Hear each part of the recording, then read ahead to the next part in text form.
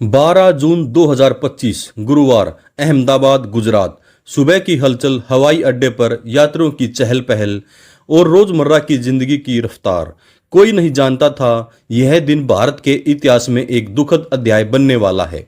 दोपहर 1:38 पर air India की फ्लाइट AI-171 एक Boeing 787-8 dream liner Sardar Vallabh भाई पटेल अंतर्राष्ट्रीय हवाई अड्डे से लंदन के गैटविक हवाई अड्डे के लिए उड़ान भरती है। इस विमान में 242 लोग सवार थे, 230 यात्री और 12 क्रू मेंबर। इनमें 169 भारतीय, 53 ब्रिटिश, 7 पुर्तगाली और 1 कनाडाई नागरिक शामिल थे।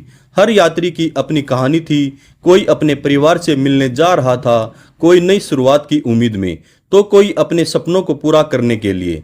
लेकिन उड़ान के सिर्फ 2 मिनट बाद यह विमान अहमदाबाद के मेघानी नगर इलाके में बीजे मेडिकल कॉलेज के हॉस्टल से टकराकर क्रैश हो गया। एक जोरदार धमाका, आग का गोला और काला धुआं। यह नजारा किसी बुरे सपने से कम नहीं था। हादसे ने न केवल विमान में सवार लोगों की जिंदगी छीन ली, बल्कि जमीन पर मौजूद कई परिवारों को भी तबाह कर दिया। फिर भी इस त्रासदी में हिम्मत और इंसानियत की कहानियां सामने आई। एकमात्र जीवित बचे यात्री विश्वास कुमार रमेश ने दुनिया को दिखाया चमत्कार संभव है। NDRF, फायर ब्रिगेड और स्थानीय लोगों ने जिस तरह एकजुट होकर राहत कार्य किए, वह इस देश की ताकत का प्रतीक है। यह कहानी उस हादसे की है, उन लोगों की है जिन्होंने सब कुछ खो दिया, और उन नायकों की है जिन्होंने उम्मीद की किरण जलाई। आगे बढ़ने से पहले वीडियो को लाइक करें, चैनल को सब्सक्राइब करें। 12 जून 2025 की सुबह अहमदाबाद में गर्मी थी, लेकिन हल्की हवा शहर को थोड़ी राहत दे रही थी।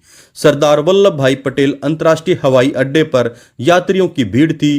कुछ लोग अपने परिवार को गले लगा रहे थे, तो कुछ अपने टिकट और पासपोर्ट चेक कर रहे थे। टर्मिनल में बच्चों की हंसी और बातचीत की आवाजें गूंज रही थी। एयर इंडिया की फ्लाइट AI-171 का बोर्डिंग कॉल सुबह 9:30 बजे शुरू हुआ। एक लंबी उड़ान थी जो 9 घंटे में लंदन पहुंचने वाली थी। विमान एक बोइंग 787-8 ड्रीम लाइनर 11 साल पुराना था, लेकिन इसका रखरखाव रिकॉर्ड शानदार था। विमान में 242 लोग सवार थे, जिनमें 169 भारतीय, 53 ब्रिटिश, 7 पुर्तगाली और 1 कनाडाई नागरिक शामिल था। विमान में सवार कुछ लोगों की कहानियां आज भी लोगों के दिलों में बसी हैं। विजय रूपाणी, 68 वर्षीय पूर्व गुजरात मुख्यमंत्री, अपनी बेटी और पत्नी से मिलने लंदन जा रहे थे। उनकी सादगी और नेतृत्व की चर्चा आज भी होती है। खुशबू राजपुरोहित, 25 साल की एक नई नवेली दुल्हन जो लंदन में अपने पति से मिलने जा रही थी। हवाई अड्डे पर अपने पिता के साथ ली गई उनकी आखिरी फोटो सोशल मीडिया पर वायरल हो रही है। निराली पटेल, 32 साल की कनाडाई डेंटिस्ट जो भारत में छुट्टियां बिताकर टोरंटो लौट रही थी, वह अपने 1 साल के बच्चे को छोड़कर इस यात्रा पर थी। आदम और हसीना ताजू, 72 और 70 साल की दंपत्ति जो अपने बहू बेटे से मिलने लंदन जा रहे थे। विश्वास कुमार रमेश, 40 साल का भारतीय मूल का ब्रिटिश नागरिक जो अपने भाई अजय के साथ यात्रा कर रहा था। वह सीट नंबर 11A पर था, जो बाद में उसकी जान बचाने का कारण बना। दोपहर 1:38 पर फ्लाइट AI-171 ने रनवे 23 से उड़ान भरी। पायलट और को पायलट, जिनके पास क्रमशः 8200 और 1100 घंटों का अनुभव था, सामान्य प्रक्रिया का पालन किया। लेकिन उड़ान के 30 सेकंड बाद विमान में कुछ गड़बड़ हुई। फ्लाइट रडार 24 के अनुसार विमान केवल 625 फीट की ऊंचाई तक पहुंचा और फिर 475 फीट प्रति मिनट की रफ्तार से नीचे गिरने लगा। पायलट ने मेडे कॉल दी, जो आपातकाल का संकेत है, लेकिन इसके कुछ सेकंड बाद एयर ट्रैफिक कंट्रोल से संपर्क टूट गया। दोपहर 1:40 पर विमान मेघानी नगर के रिहायशी इलाके में बीजे मेडिकल कॉलेज के हॉस्टल से टकरा गया। टक्कर इतनी जोरदार थी कि विमान का एक हिस्सा हॉस्टल में धंस गया और भयानक आग लग गई। काला धुआं कई किलोमीटर तक दिखाई दिया। डॉक्टर मितुल चावड़ा, एक मेडिकल छात्र, ने बताया, हम डाइनिंग हॉल में खाना खा रहे थे। अचानक एक धमाका हुआ और पूरा हॉस्टल हिल गया। धुआं और आग हर तरफ फैल गया। मैं और मेरे दोस्त बाहर भागे, लेकिन कई लोग वहीं फंस गए। मोहन नुकुम, एक स्थानीय दुकानदार, ने बताया, मैंने बाहर देखा तो एक बड़ा विमान नीचे गिर रहा था। उसके बाद आग का गोला बन गया। लोग चीख रहे थे और हम समझ नहीं पा रहे थे क्या करें। मेघानी नगर में हादसे के बाद का दृश्य दिल दहला देने वाला था। विमान का मलबा सड़कों और हॉस्टल की इमारत में बिखर गया। हॉस्टल की दीवारें ढह गई थी और डाइनिंग हॉल पूरी तरह तबाह हो चुका था। आसपास के घरों की खिड़कियां टूट गई और कई मकानों की छतें गिर गई। आग इतनी तेजी से फैली कि फायर ब्रिगेड को इसे बुझाने में घंटों लग गए। एयर इंडिया ने पुष्टि की कि विमान में सवार 242 लोगों में से 241 की मृत्यु हो गई है। केवल विश्वास कुमार रमेश सीट नंबर 11 पर बैठे थे जो जीवित हैं।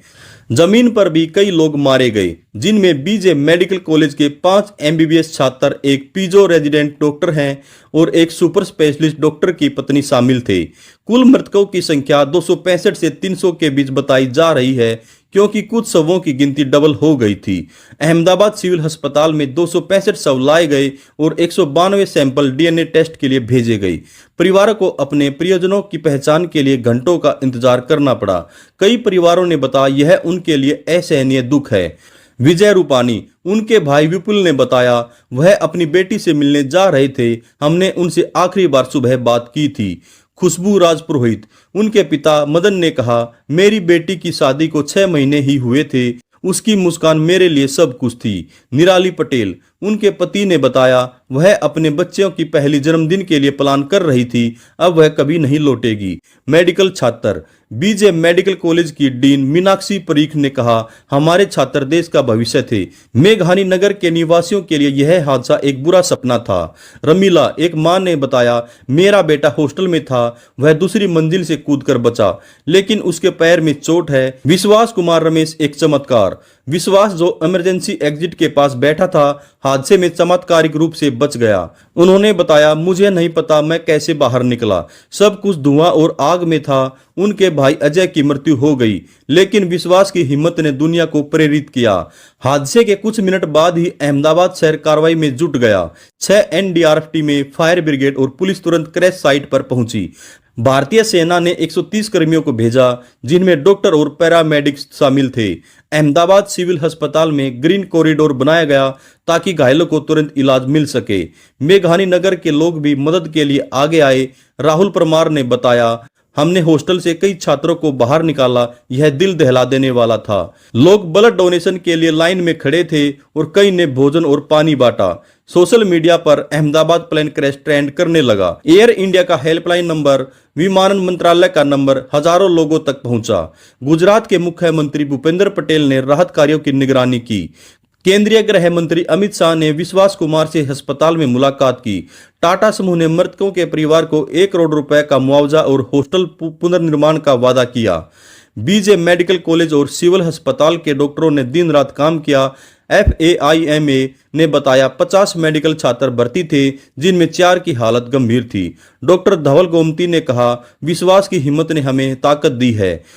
हादसे के 28 घंटे बाद विमान का black box BJ medical college के हॉस्टल की छत से बरामद हुआ। केंद्रीय नागर विमानन मंत्री राम मोहन नायडू ने इसकी पुष्टि की। यह जांच में महत्वपूर्ण साबित होगा। प्रारंभिक जानकारी के अनुसार इंजन में तकनीकी खराबी हादसे का कारण थी। फ्लाइट रडार 24 के डेटा से पता चला कि लैंडिंग गियर डिटेक्ट नहीं हुआ और विंग फ्लैप्स असामान्य स्थिति में थे। भारत के विमान दुर्घटना जांच ब्यूरो AAIB, अमेरिका की NTSB और ब्रिटेन की AAIB जांच में शामिल हैं। नागर विमानन मंत्रालय ने एयर इंडिया को बोइंग 787-8 फ्लीट पर अतिरिक्त रखरखाव जांच कराने का आदेश दिया। कुछ विशेषज्ञों ने सवाल उठाए कि क्या यह मानवीय त्रुटि है या तकनीकी खराबी। बोइंग ने एक बयान में कहा, हम जांच में पूरा सहयोग करेंगे। प्रधानमंत्री नरेंद्र मोदी ने 13 जून को अहमदाबाद का दौरा किया और विश्वास कुमार से मुलाकात की। अमित शाह और भूपेंद्र पटेल ने भी स्थिति का जायजा लिया। गोवा सरकार ने एक दिन का राजकीय शोक घोषित किया। विश्वास की हिम्मत ने दुनिया को प्रेरित किया। उन्होंने कहा, मैं अपने भाई को बहुत याद करता हूं, लेकिन मैं जिंदगी को एक और मौका दूंगा। उनकी रिकवरी के लिए लोगों ने उम्मीद जगाई। मेघानी नगर के लोग, NDRF और डॉक्टरों ने एकजुटता की मिसाल कायम की। ब्लड डोनेशन कैंप और स्वयंसेवकों ने दिखाया कि दुख में भी इंसानियत जिंदा है। यह हादसा हमें सिखाता है, जिंदगी अनिश्चित है, लेकिन एकता और हिम्मत आगे बढ़ने की ताकत देती है। विमानन सुरक्षा पर सवाल उठे और भविष्य में ऐसी त्रासदियों को रोकने की जरूरत है। दोस्तों, ये कहानी दुख की है, लेकिन यह हिम्मत और एकता की भी है। अगर आप मदद कर सकते हैं, ब्लड डोनेशन डोनेशन से, हेल्पलाइन नंबर साझा करके या सिर्फ दुआ से तो आगे आएं। इस वीडियो को शेयर करें। अगर दोस्तों आपको ये हमारी स्टोरी अच्छी लगे तो हमारे चैनल को लाइक, शेयर और सब्सक्राइब जरूर करें। नमस्कार, धन्यवाद, जय हिंद, जय भारत।